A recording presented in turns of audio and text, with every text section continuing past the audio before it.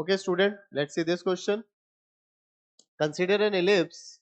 एक ellipse दे दिया, parabola दे दिया. आई थिंक ये कंटिन्यूटी पार्ट है प्रीवियस क्वेश्चन का. तो चलिए इसको डिस्कस कर लेते हैं. तो कुछ कुछ हम ऑलरेडी इसमें कर चुके थे. अगर इस क्वेश्चन के चलिए मैं समझाता हूँ आपको. अच्छा, इसमें कंसेप्ट सेम फिर से वही यूज करने वाले हैं आपको.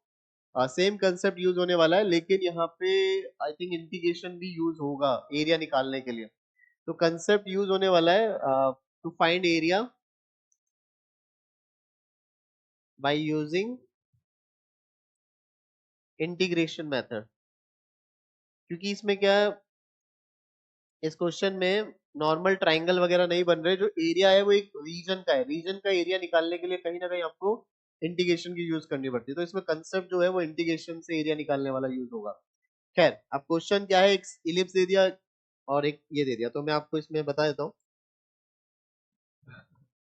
इलिप्स आपका आई थिंक 4,0 है, राइट. और ये शायद 0,2√3 है.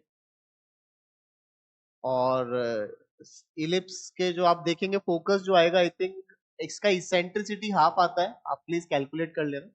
तो ए ई करेंगे, A4 है तो ये 2,0. ये तो खैर फोकस हो गए जिनका खैर यूज नहीं है. कहने का मतलब है -√3,0 से पैराबोला बनाया जा रहा है वर्टेक्स एज अ वर्टेक्स. और वो यहां से पास होगा बच्चे, यहां से पास होएगा. एक्चुअली जो इक्वेशन ऑफ पैराबोला जो हमने निकाली है according to given vertex and focus. तो with given vertex that is -√3,0 and focus 0,0 of parabola.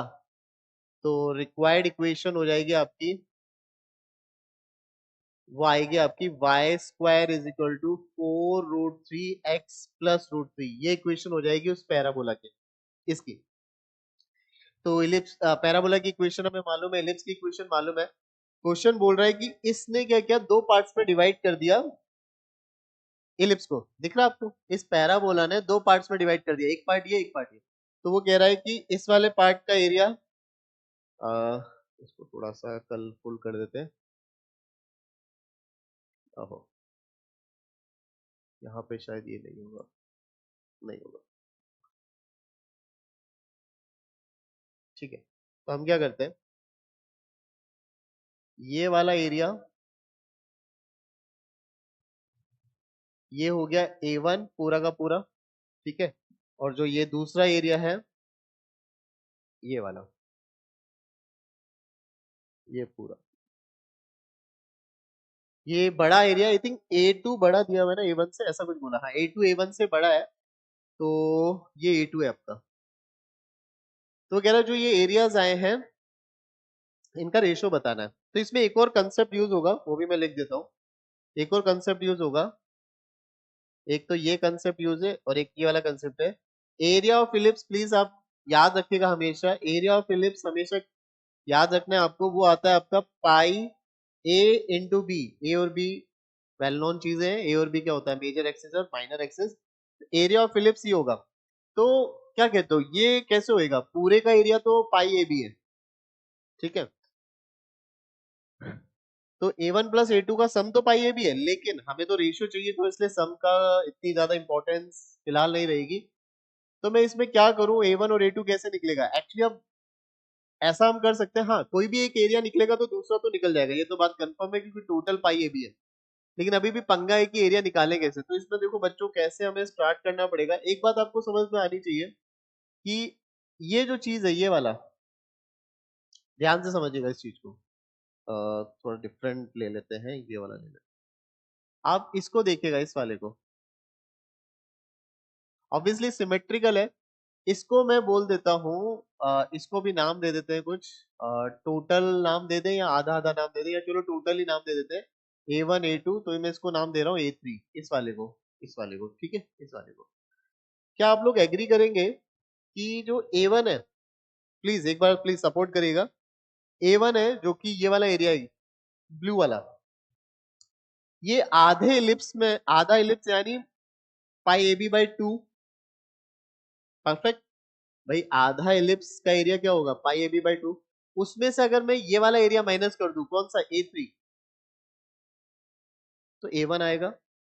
और A2 के लिए क्या करना पड़ेगा, जो ये पाई ए बी बाई 2 है आधा, उसमें ये ऐड कर दूंगा प्लस A3, तो A2 आएगा।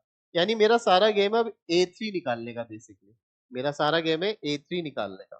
तो अब A3 निकाले बच्चों। अब A3 भी अगर आप देखा जाए तो इस वाले का क्या है, आधा। ठीक है, मतलब ये A3 बाई 2 है और ये -√3 से, तो एक्चुअली अब सारा गेम यहाँ से स्टार्ट हो रहा है बच्चों, ध्यान से देखिएगा।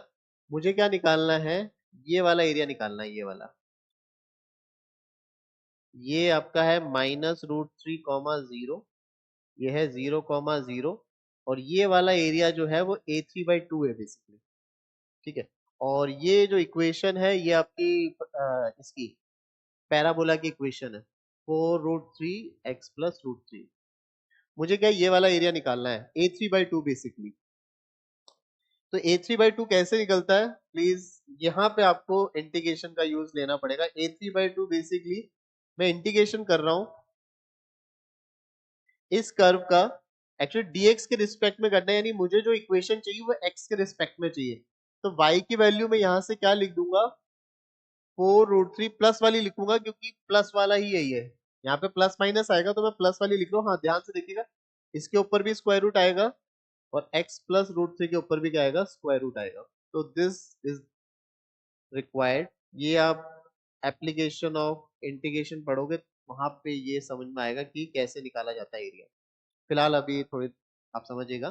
और इसको मुझे इंटीग्रेट करना है -√3। आई थिंक फिजिक्स में तो पढ़ा होगा कि एक जो कर्व है उसका y in terms of x लिख देंगे, dx के रिस्पेक्ट में इंटीग्रेशन कर दोगे -√3 से लेके x के जो इंटरवल है वहां से।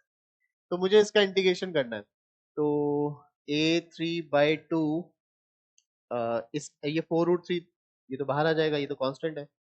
और आई होप इसका इंटीग्रेशन अगर आपको मालूम हो, ये लीनियर टर्म है तो ये हाफ है पावर में, तो हाफ पावर में भी +1 हो जाएगा और हाफ +1, ऐसे इसका इंटीग्रेशन हो जाएगा। अब लिमिट चढ़ानी है इसके ऊपर, लिमिट हो गई -√3 से 0। ठीक है, तो लिमिट रखेंगे जब हम, तो ये तो खैर 4√3 की पावर हाफ, ये तो अलग से आएगा। अच्छा, जब मैं 0 रखूंगा यहाँ पे तो ये √3 बनेगा। अच्छा, ये कितना है, 3/2। तो क्या मैं ऐसा लिख दूं, रूट, पहले यहाँ पे लिखते हैं ना, √3 की पावर 3/2 डिवाइडेड बाय 3/2 माइनस, अब -√3 रखूंगा तो देखो यहाँ पे क्या हो जाएगा, 0 हो जाएगा ये। ठीक है, माइनस करके ये लिमिट लिखते हैं हम। तो यहाँ पे अगर आप ध्यान से देखें, ये 4√3, ये आई थिंक पहले इस पे स्क्वायर रूट हटाऊं तो ये 2 बन जाएगा।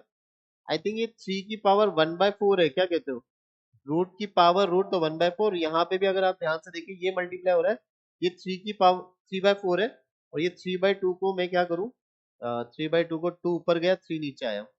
अच्छा, ये कितना हो जाएगा, आई थिंक ये 3 नहीं हो जाएगा, ये पूरा का पूरा, ये 3 3 कैंसिल आउट हो जाएगा, 2 2 ये हो गया 4।